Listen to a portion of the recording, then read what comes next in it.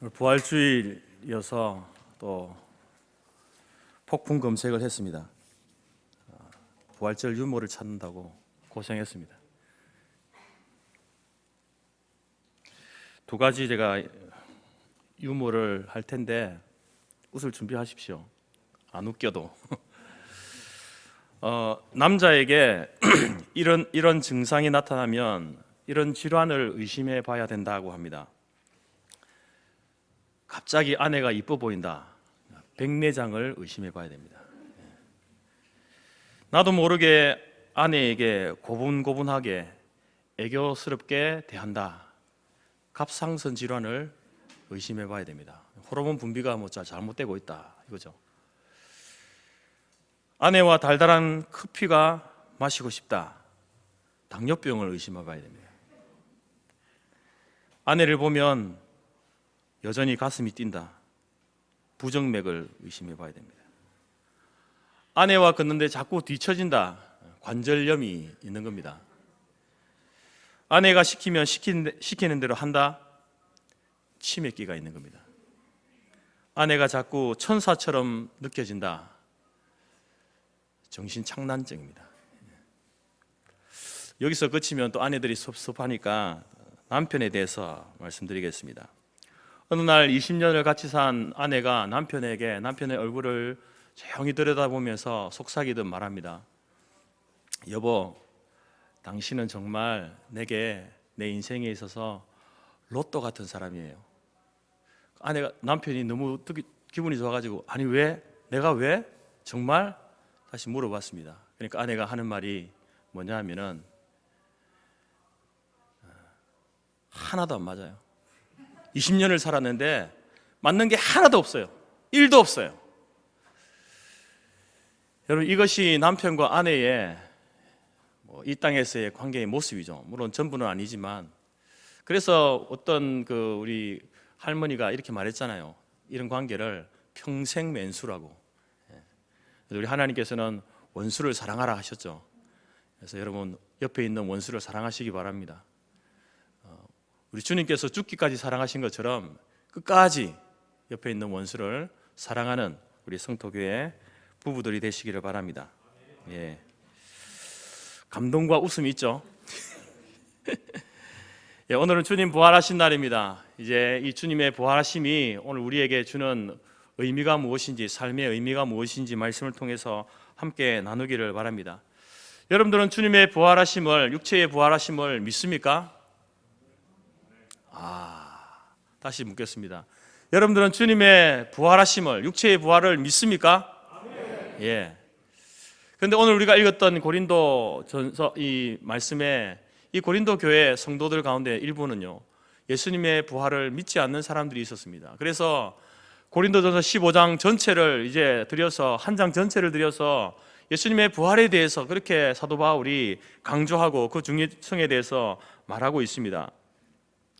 왜 그들이 교회를 다니면서 예수를 믿는다고 하면서도 왜 예수님의 부활을 믿지 못했을까? 그것은 바로 그 당시 이제 초대교회 당시에 세상을 지배하던 나라가 로마였습니다. 그리고 세상에 이렇게 퍼져 있던 철학이 있는데 그것이 헬라 그리스 철학이었습니다.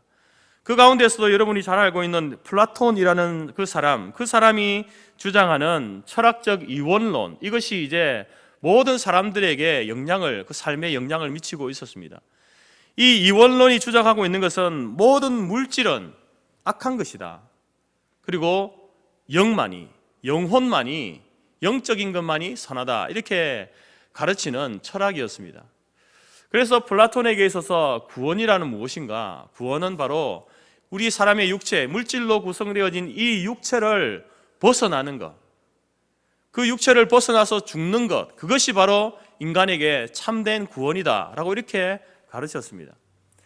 그러니까 이제 예수님께서 이제 죽으시는 것은 육체를 벗어나는 일 아닙니까? 그것은 좋은 일이지만, 그런데 예수님께서 다시 육체를 입고 부활하신다?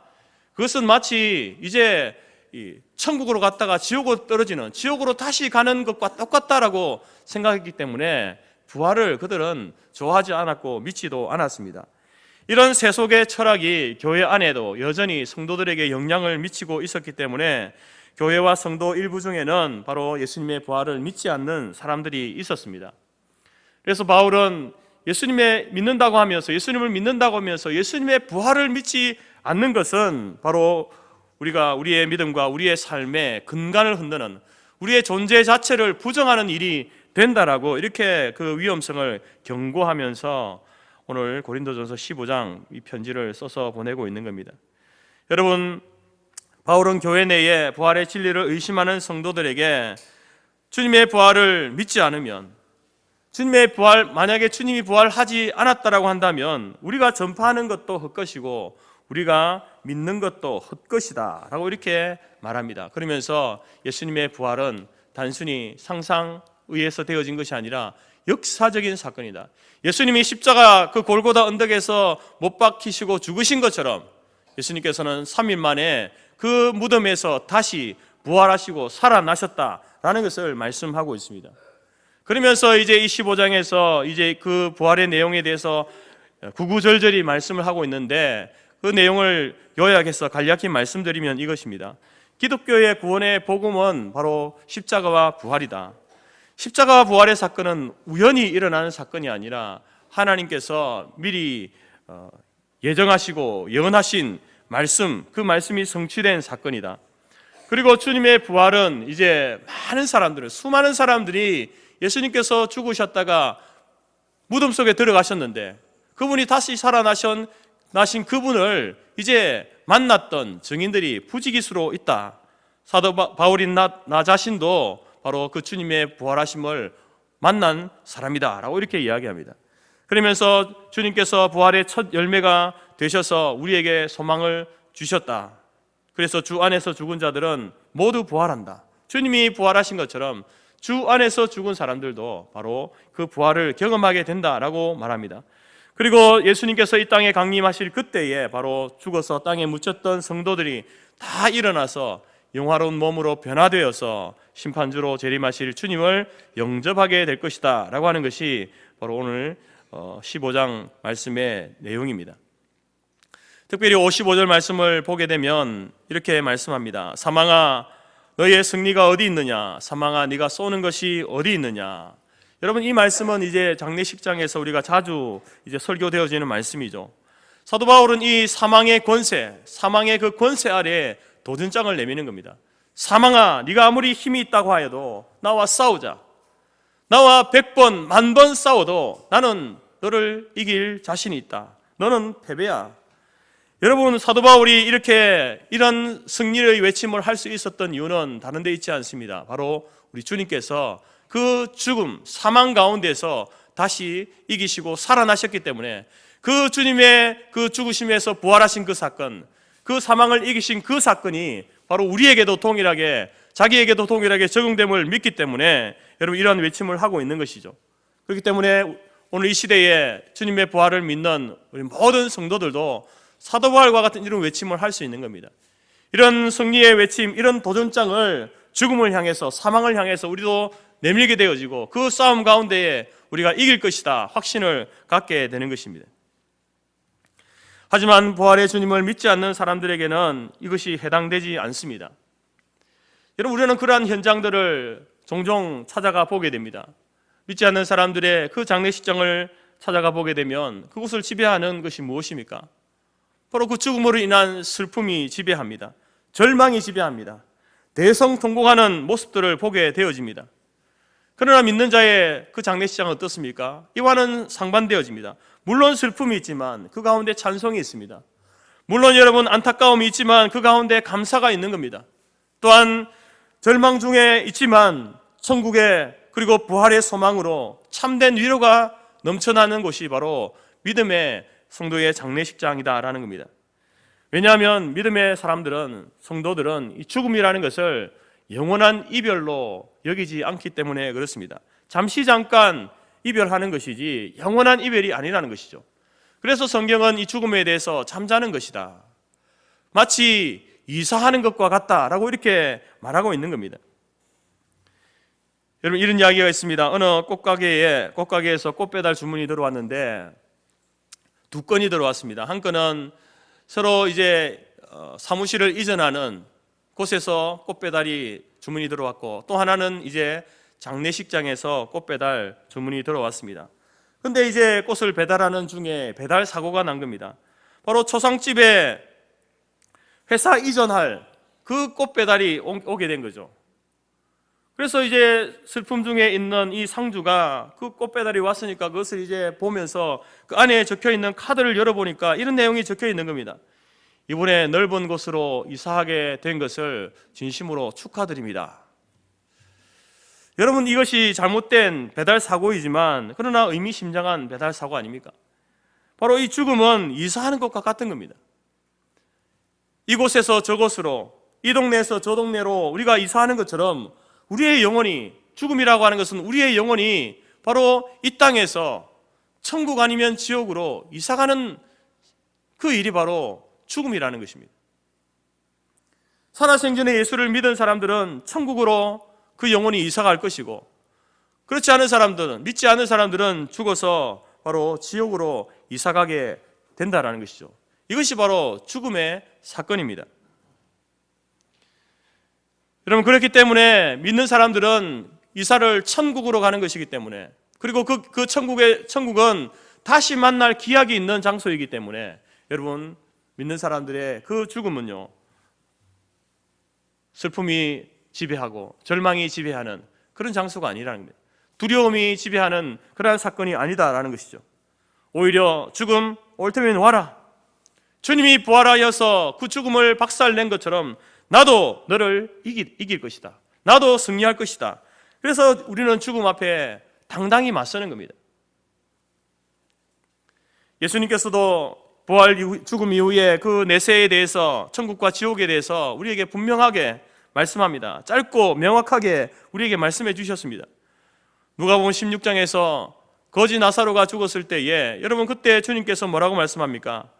나사로가 죽어서 천사들에게 받들려 아브라함의 품에 들어갔다. 아브라함의 품에 들어갔다라는 말은 비유적인 표현인데 바로 천국으로 들어갔다는 겁니다. 나사로가 죽어서 그 영혼이 바로 천국으로, 그 죽는 그 순간 들어갔다는 겁니다. 또 지옥에 대해서도 마가복음 9장에서 말합니다. 그 지옥은 구더기가 죽지 않고 불도 꺼지지 않는 곳이다. 그런 비참한 곳이 지옥이라고 이야기합니다. 또한 주님께서 이제 마지막 제자들을 떠나시는 그 순간에 제자들을 위로하시면서 말씀하시죠. 내가 너희를 위하여 처소를 예배하러 간다. 내가 이제 너희들이 이사할 그 장소를 준비하러 간다. 이렇게 말씀하십니다. 그리고 예수님께서 십자가 위에 죽으실 때에 회개한 그 한 강도에게 뭐라고 말씀하십니까? 오늘 네가 나와 함께 낙원에, 천국에 있을 것이다. 여러분, 예수님께서도 바로 이 천국과 지옥에 대하여서 우리에게 분명히 말씀하고 있습니다. 우리가 이 현실 세계에 살아가고 있는 것처럼, 눈에 보여지고 만져지고 분명한 이 세계에 살아가고 있는 것처럼 천국과 지옥도 여러분 분명히 우리의 영혼을 기다리고 있습니다. 현실 세계보다 더 분명하게, 확실하게 그 세계가 우리를 기다리고 있다. 그것이 여러분 성경이 우리에게 가르치고 예수님께서 우리에게 말씀하시는 것입니다. 그렇기 때문에 여러분, 이러한 천국의 소망을 가지고 여러분들이 살아간다고 한다면 언젠가 우리가 이 땅을 떠나게 될 텐데, 우리도 여러분 죽음이라고 하는 것이 우리의 육체에 찾아오지 않겠습니까? 그때 여러분, 그때가 가까워져 오고 육체적으로 그것을 가까이 왔다라고 느낄 때라도 여러분 너무 슬퍼하지 마십시오. 너무 절망하지 마십시오. 두려워하지 마십시오. 또 낙심하거나 또 너무 또 오래 살려고 욕심내지 마십시오. 인생을 비관하지 마시기 바랍니다. 끝이 아닙니다, 여러분. 끝난 것이 아닙니다. 또한 우리가 살아가면서 공부하는 학생이 공부 좀 못한다고 너무 스트레스 받지 마시기 바랍니다. 청년들이 직장에 취업이 잘 되지 않는다고 해서, 원하는 곳에 안 된다고 해서 자기 자신은 인생 패배자로 그렇게 여러분 낙인 찍지 마시기 바랍니다. 그것이 끝이 아닙니다, 여러분. 우리가 이 땅을 살아갈 때에 우리가 최선을 다하고 노력을 하고 그렇게 살아가지만, 여러분 세상의 그 환경이 우리가 노력한 만큼의 대가를 주지 않을 때가 많습니다. 그러한 불공평이 존재하는 곳이 이 땅 아니겠습니까? 하지만 그러나 여러분, 그것이 끝이 아니라는 것이죠. 그것으로 우리의 인생이 끝나버린다면 얼마나 억울합니까, 여러분? 여러분, 우리는 조금만 참으면 됩니다. 언젠가 주님께서 우리를 부르시는 날이 올 것입니다. 우리가 이 땅에서 최선을 다하고 노력하고 그렇게 함에도 불구하고 얻지 못했던 그 열매들에 대해서 주님께서 반드시 우리를 부르셔서 갚으시는 날이 온다라는 것입니다. 문제는 여러분, 우리가 이 땅 가운데서 믿음을 갖고 사는 것입니다. 바로 그 예수님을 믿고 십자가와 부활을 믿는 믿음을 가지고 사는 것이죠. 그래서 우리가 그 믿음 가지고 이제 좋은 성도로, 좋은 신자로, 착한 신자로 이 땅을 살아가는 겁니다. 여러분에게 주어진 그 삶과 또 주신 사명에 대해서 최선을 다하고 열심히 청지기의 사명을 감당하면서 살아가는 것입니다. 그렇게 살다가 우리의 인생의 마지막 때가 오게 되면 바로 가장 큰 기쁨과 평안과 행복과 만족을 누리는 곳으로 우리를 인도하신다라는 것입니다. 그래서 바울은 이 고린도전서 15장을 마무리하면서 결론의 말씀으로 이렇게 말하고 있습니다. 그러므로 내 사랑하는 형제들아, 견실하며 흔들리지 말고 항상 주의 일에 더욱 힘쓰는 자들이 되라. 이는 너희 수고가 주 안에서 헛되지 않은 줄을 알미라. 여러분, 우리가 주를 믿고 주를 위해서 살아가고 우리의 삶에 정말 그 최선을 다해서 하나님의 영광을 드러내면서 살려고 하였지만 그 열매를 맺지 못했다고 해서, 그 열매를 먹지 못했다고 해서 여러분, 그것이 우리의 인생이 헛되다라고 생각하지 말라는 겁니다. 그러한 삶에 대해서 여러분, 결코 헛되지 않다. 다시 말해서 하나님께서 그 삶에 대해서 반드시 보상해 주신다는 겁니다.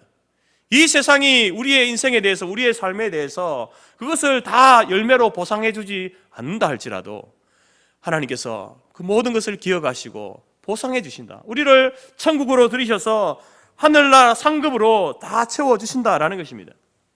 예수님께서도 달란트 비유를 통해서 5달란트 받은 사람과 2달란트 받은 그 사람에게 칭찬과 상급을 주지 않습니까? 요한계시록 22장에서도 보라, 내가 속히 오리니 내가 줄 상이 있다. 각 사람의 일한 대로 갚아주리라. 여러분, 우리가 천국 가면요, 받게 되어지는 것이 있습니다. 바로 하나님께서 우리 각 사람이 일한 대로 성도로서, 청지기로서, 또 사명을 받고 직분을 받아서 그렇게 살아간 그 모든 삶에 대해서 여러분, 하나님께서는 상급을 주신다, 우리를 위로해 주신다라고 말합니다.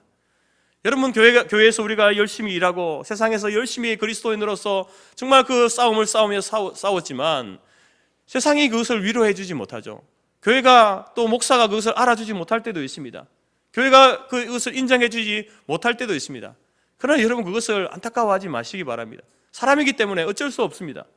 그러나 하나님께서는 그 모든 것에 대해서 그 작은 것 하나도 빠뜨리지 않고 하나님께서는 보상해 주신다라는 것이죠.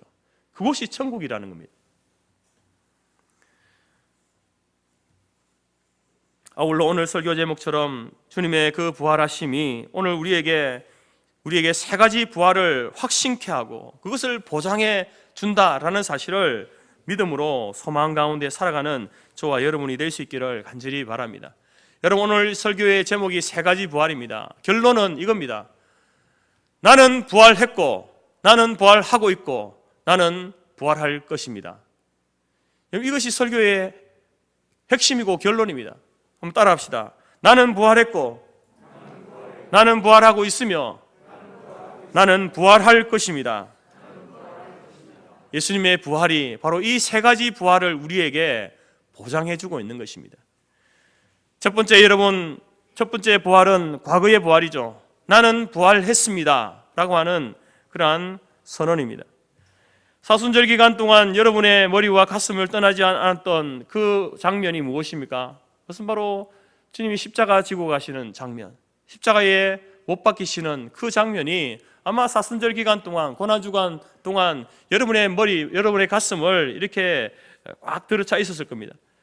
그렇게 이제 고난주간 금요일 오후 3시에 주님께서는 이제 마지막 말씀을 하시면서 아버지여, 내 영혼을 아버지 손에 부탁하나이다, 다 이루었다 라고 하시면서 주님께서 운명하십니다. 죽으십니다. 여러분, 주님이 죽으실 그때에 나는 부활했습니다라고 하는 그 말의 의미 속에는 주님이 죽으실 그때에, 십자가 못 박혀 죽으실 그때에 나도 함께 죽었다는 겁니다. 나의 옛사람이, 나의 옛자아가 그때 2000년 그때에 죽었다는 겁니다. 그것을 말하는 것이 십자가의 죽으심입니다.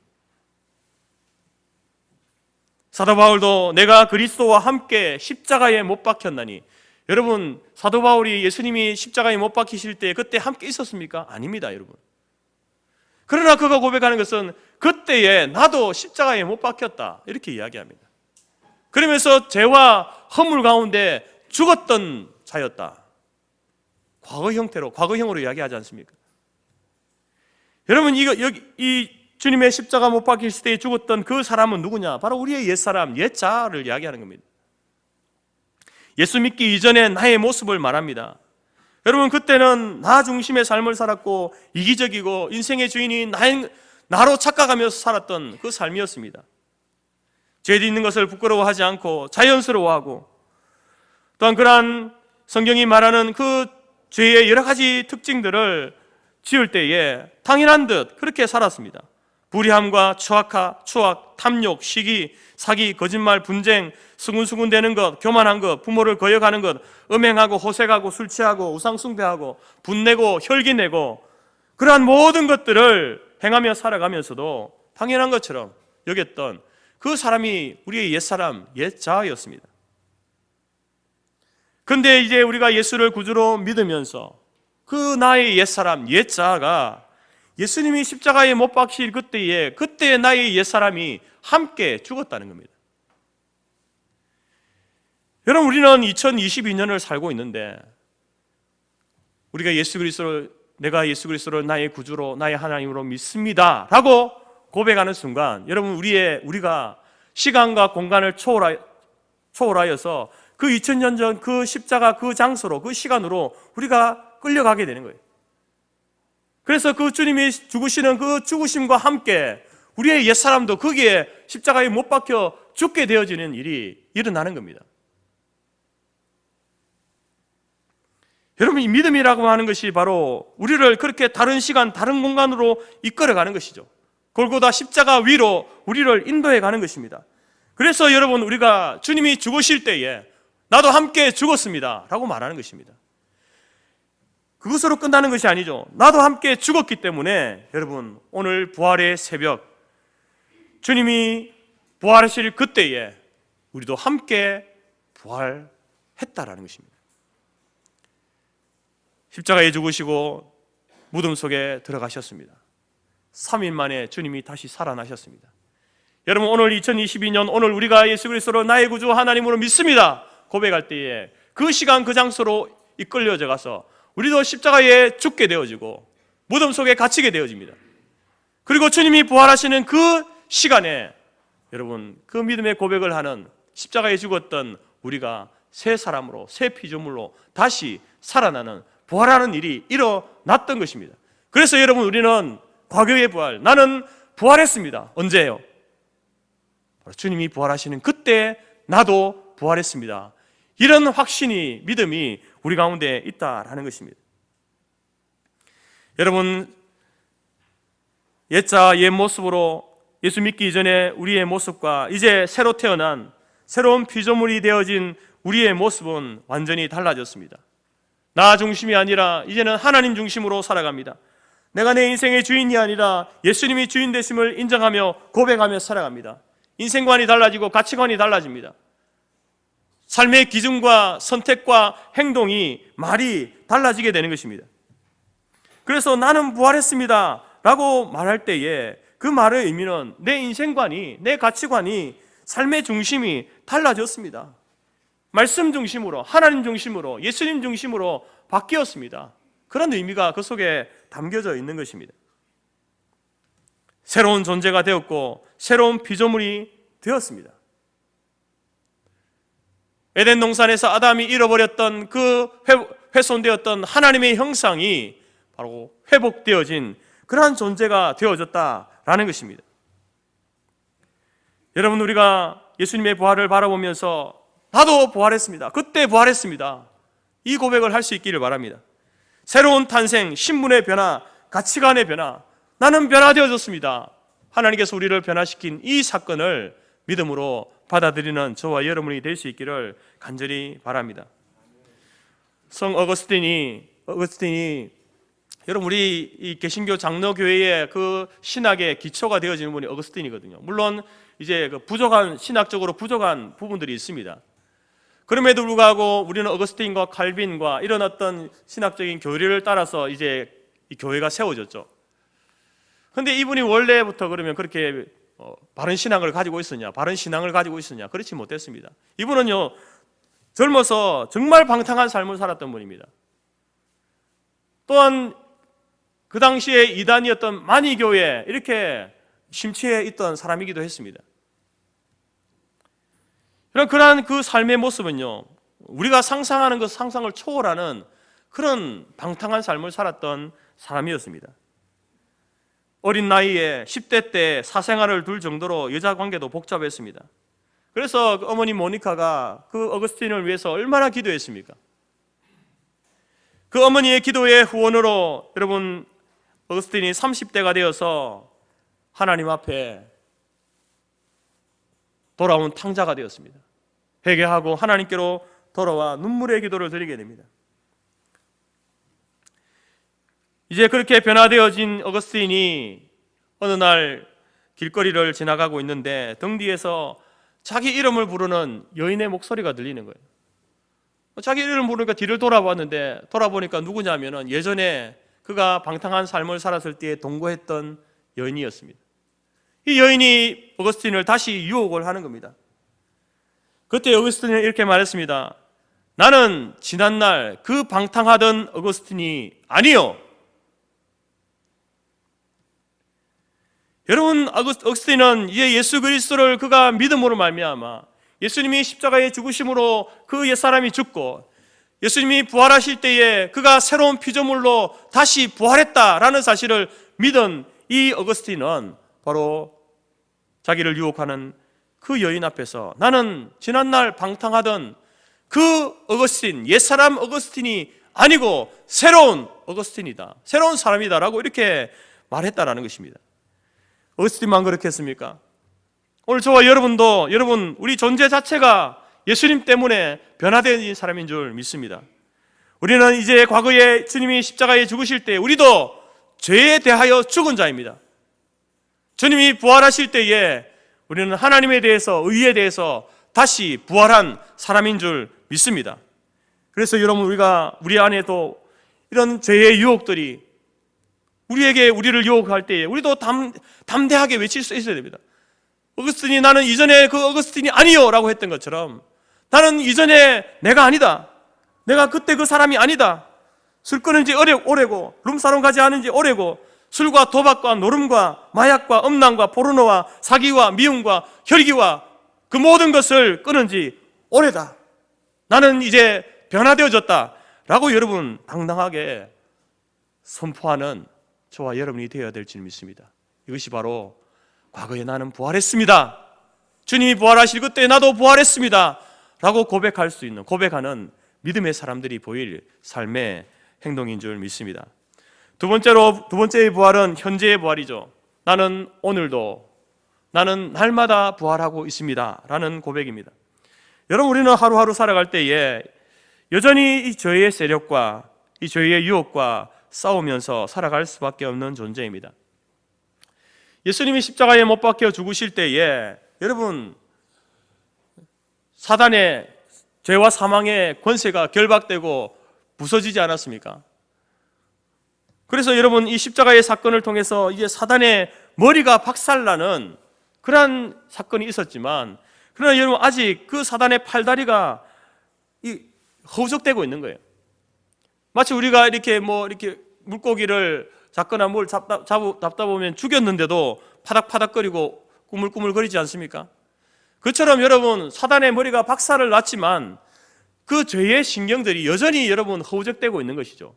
그 허우적대는 그곳에 여러분, 우리 여전히 죄성을 가지고 있는 우리가 영향을 받는 것, 그것이 바로 예수를 믿고 있지만, 내가 거듭난 새로운 피조물이지만 우리가 죄의 영향 아래 있는 겁니다. 죄의 유혹을 받고 있는 것이죠.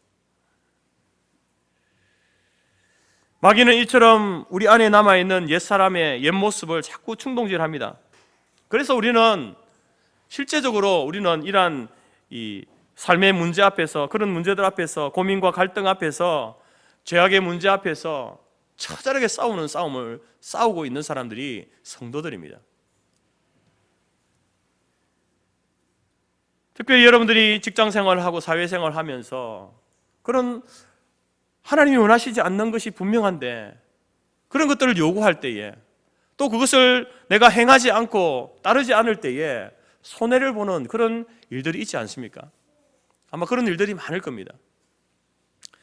보통 여러분 이제 어떤 개업을 하거나 새로운 일을 진행하거나 혹은 집을 지을 때에 안 믿는 사람들은 고사라는 것을 지내죠.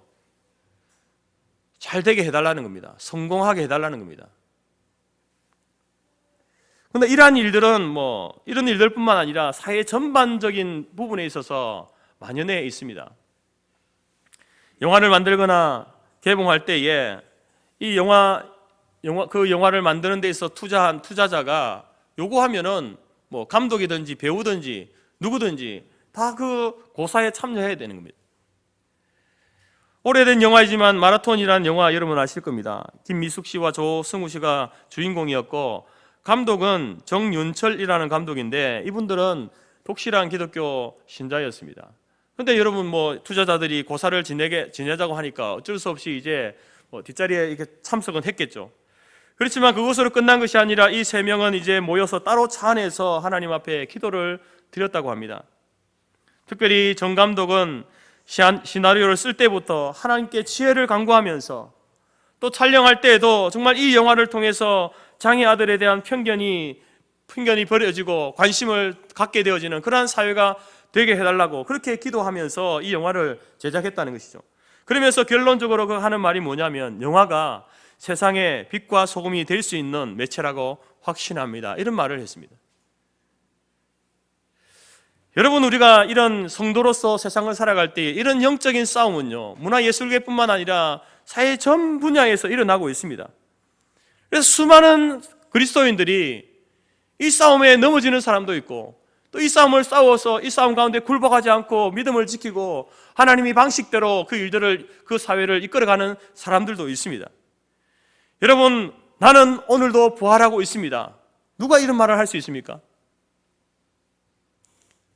사도 바울이 고백했던 것처럼 나는 날마다 죽노라. 나는 날마다 죽노라. 뭐에 대해서 죽는 겁니까? 죄에 대해서 죽는 겁니다. 하나님이 싫어하는 것에 대해서 죽는 사람, 그 사람이 고백할 수 있는 것이 나는 날마다 살아나고 있습니다. 나는 날마다 죄에 대해서 죽고 이런 하나님이 미워하시고 싫어하시는 이러한 일들에 대해서 죽고 하나님이 기뻐하시는 그 일들에 대해서 내가 다시 살아납니다. 날마다 부활하고 있습니다. 이런 고백을 할 수 있는 사람입니다. 영적인 싸움을 싸우지 않는 사람, 그 영적인 싸움 가운데서 죄 가운데 무너지는 사람들은 말할 수 없는, 이런 고백을 할 수 없다는 것입니다. 여러분, 주님의 부활은 우리에게 바로 나는 날마다 부활하고 있습니다, 이것을 우리에게 보장해주고 있다는 것이죠.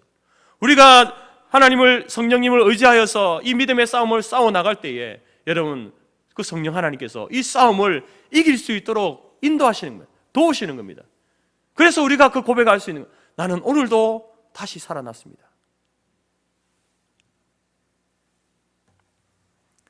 사랑하는 성도 여러분,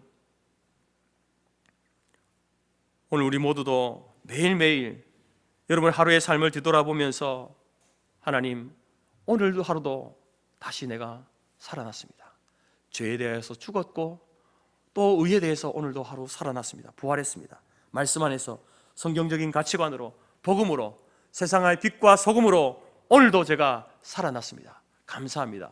이런 고백을 드릴 수 있는 저와 여러분이 될 수 있기를 간절히 바랍니다. 세 번째 부활은 이제 미래의 부활이죠. 나는 부활할 것입니다. 부활할 것입니다. 여러분, 죽음이라고 하는 것은 모든 사람들에게 찾아옵니다. 사람은 죽는 순간 영혼과 육체가 분리되어집니다. 육체는 이제 땅에 묻히거나 화장되어지겠죠. 그래서 이제 저 바다의 땅에 버려지게 됩니다. 그러나 영혼은 어떻습니까? 영혼은 그 육체와 분리되어지는 그 순간 여러분 천국 아니면 지옥으로 가게 됩니다. 살아있을 때 예수를 믿은 사람들은 그 영혼이 천국으로 가게 될 것이고, 믿지 않았던 사람들은 죽는 그 순간 지옥으로 가게 됩니다. 여러분, 로마 가톨릭에서 말하는 연옥이라는 장소는 없습니다. 그 장소로 가서 기다리고 있는 것이 아니라 바로 그 순간 천국과 지옥으로 나누어지게 되어 있습니다. 여러분, 때로 우리 믿음의 선진들은 이 화장하는 것, 죽어서 화장하는 것을 선호하지 않았던 때가 있습니다. 왜냐하면 이제 우리가 부활할 건데 그 육체를 불에 다 태워서 없애버리면은 부활할 때 어떻게 부활하느냐, 이렇게 이제 의아하게 생각해서 화장하는 것을 좋아하지 않았던 때가 있습니다. 근데 여러분, 땅에 묻히는 것이나 화장하는 것이나 사실 똑같지 않습니까? 시간이 문제지, 시간이 지나면 다 썩어지고 없어지고 흙으로 돌아가는 겁니다. 그래서 여러분, 우리가 죽어서 내가 화장을 할 건지 아니면 매장을 할 건지 크게 여러분 염려할 필요가 없는 겁니다. 상황에 따라서 하면 되는 겁니다. 우리의 부활과는 전혀 상관이 없는 것이기 때문에 여러분 상황에 따라 하면 되는 겁니다. 자, 그러면 이제 주님이 재림하실 때에 이제 천국에 있는 그 영혼과 흙으로 먼지로 돌아간 그 육체가 다시 연합되어져서 완전한 부활체가 이루어지게 되는 것입니다. 여러분, 흙으로 먼지로 돌아갔던 그 육체가 다시 부활하는 일이 일어난다는 겁니다. 그 부활한 육체와 그리고 천국에 있는 우리의 영혼이 연합되어져서 온전한 부활체가 되어지는 것. 그래서 여러분, 그것이 온전한 종국적인 종말론적인 완성된 부활을 우리가 경험하게 되는 때가 바로 주님이 재림하시는 그때입니다. 그래서 우리는 앞으로 주님이 재림하실 그때에 나는 온전히 부활할 것입니다 라는 믿음을 가지고 있는 겁니다. 부활하여서 이제 재림하시는 주님을 맞이할 것이고, 그리고 우리는 천국에서 주님과 함께 부활한 성도들과 함께 영생복락을 누리는 그 지극한 행복의 그 나라에서 살게 되는 것입니다. 근데 여러분, 이 부활에 대한 이야기를 할 때에 그러면은 그 부활의 모습이 어떠할까? 나는 어떤 모습으로 부활할까라고 하는 것이 또 우리의 관심 아니겠습니까? 특별히 여러분, 육체적으로 질병을 가지고 있거나 장애를 가지고 있거나 혹은 이제 나이가 너무 들어가지고 얼굴에 주름살도 많고 팔다리 힘도 없고 걷지도 못하는, 그렇게 해서 내가 이렇게 죽게 되어지면 혹시 그런 모습으로 부활하는 게 아닌가라고 하는 그런 생각을 합니다. 그러나 여러분, 우리가 이제 부활할 때는요, 결코 나이 들고 병 들고 또 추한 모습으로 부활하지 않습니다. 어떻게 알 수 있는가? 성경이 그것을 우리에게 이야기 가르쳐 주는 게 있는가? 없습니다. 그런데 우리는 성경을 통해서 추론해 볼 수 있는 거예요. 에덴 동산에서 하나님께서 사람을 창조하실 때에 아담과 하와를 창조하시죠. 만드시죠. 그때 창조하실 때의 모습이 어땠습니까? 늙고 병들고 추한 모습이었습니까? 아닙니다, 여러분. 아담과 하와는요, 가장 젊고 가장 아름답고 가장 건강한 모습으로 하나님께서 지으셨습니다. 그것을 볼 때에 여러분, 우리의 부활의 모습이 어떠함을 우리는 추론할 수 있는 겁니다. 바로 우리의 부활의 모습은 병들고 약하고 늙은 그런 모습이 아니라 가장 젊고 가장 아름답고 가장 건강한 모습으로, 가장 정상적인 모습으로 여러분, 우리는 부활하게 될 것입니다. 그것이 우리 부활체의 모습입니다. 그렇기 때문에 여러분, 성경은 이러한 부활을 일컬어서 영광의 부활이라고 하는 거예요. 영광의 부활, 영광스러운 부활이다. 물론 그 영광의 부활이라고 하는 의미 속에는 바로 그 살아계신 그 주님을 만나 뵙기 때문에 영광스러운 것이기도 하지만, 우리의 부활체가 그렇게 예수 그리스도의 영광스러움을 덧입는 부활이기 때문에 영광스러운 부활이라고 말하고 있는 겁니다. 여러분, 이렇게 우리 주님의 부활은, 예수님의 부활은요, 우리에게 과거의 부활과 현재의 부활과 또 주님 재림하실 때 미래의 부활을 우리에게 약속하고 보장해주는 부활입니다. 여러분, 우리가 이 부활의 주일을 맞이하면서 바로 우리가 부활의 신앙을 가져야 할 것이 바로 이 세 가지 부활이 이미 우리에게 일어났고, 그리고 일어나고 있고 앞으로 일어날 것임을 여러분 믿는 그 믿음이 부활신앙이라는 것입니다. 그래서 우리는 현재 우리의 삶이 여전히 어렵고 힘들고 병들고 약하여져가고, 또한 때로 연약한 모습으로 죄에 넘어지고 죄와 타협하고 그 죄에 넘어지는 그런 모습으로 살아간다 할지라도, 여러분 영적 전쟁 가운데서 이 싸움에서 이기게 하시고, 때로 무너진다 할지라도 다시 일어서게 하시고, 결국에는 우리를 승리하게 하시고, 그래서 우리는 그 싸움 가운데서도, 그 연약함 가운데서도 부활의 주님을 바라보면서 그 부활의 소망을 가지고 그것이 우리의 위로가 되어지고 날마다 감격과 감동 가운데, 감사 가운데 살아갈 수 있게 된다는 것입니다. 그러나 이 부활의 신앙과 이 믿음이 없는 사람은요, 그냥 있는 자기의 주어진 그 현실에 만족하며 살아가는 것이죠. 그것이 그 인생의 행복의 다입니다. 여러분, 저와 여러분이 이 부활의 신앙을 확고히 가짐으로 인하여서 이제 우리가 무너진 그 자리에서 다시 일어서고, 또 연약하여서 죄 가운데 타협했던 우리들이 다시 우리를 일으키시고 세우시고 회복시키시고 이기게 하시고, 또한 마침내 우리 주님께서 누리셨던 그 영광의 부활을 우리에게도 동일하게 줄 것임을 믿으면서 감사함으로 감격 가운데, 감동 가운데 살아가는 저와 여러분이 될 수 있기를 간절히 바랍니다. 이동원 목사님이 이제 그분의 설교 가운데 이런 예화를 들면서 말씀하신 적이 있습니다. 어떤 주일학교 교사가 아이들에게 부활절의 의미를 설명하는 짧은 글을 쓰게 하는 과제를 내어주고 부활주일에 발표하도록 했습니다. 근데 한 어린아이가 이제 그것을 적어 왔는데 노트를 보니까 거기에 뭐가 있냐면은 마침표와 물음표와 느낌표, 이 세 가지만 있는 겁니다. 그래서 아이에게 이 무슨 의미냐, 무슨 뜻이냐 라고 이렇게 설명을 요구하니까 그 아이가 이렇게 설명을 하는 겁니다. 예수님께서 죽으신 것으로 사람들은 모든 것이 끝났다고 생각했습니다. 그래서 마침표를 찍었습니다. 그래서 그때부터 제자들은 질문을 했습니다. 왜 당신은 우리 곁을 이렇게 떠나셨습니까? 라고 질문을 했죠. 그래서 물음표를 적었습니다. 그러나 주님께서는 부활의 아침, 부활하신 주님께서는 바로 제자들을 찾아가셨고, 그 물음표를 던진 그 제자들이 바로 부활하신 주님을 만나게 되면서 그들은 느낌표를 적었다는 겁니다. 여러분, 우리도 주님의 그 죽으심을 보면서 이제 끝났구나 하고 우리의 인생에 마침표를 찍을 수 있습니다. 그나마 조금 그래도 믿음이 있다라고 하는 사람들은 왜 주님이 그렇게 죽으셔야 했는지 물음표로 그냥 인생을 끝낼 수도 있습니다.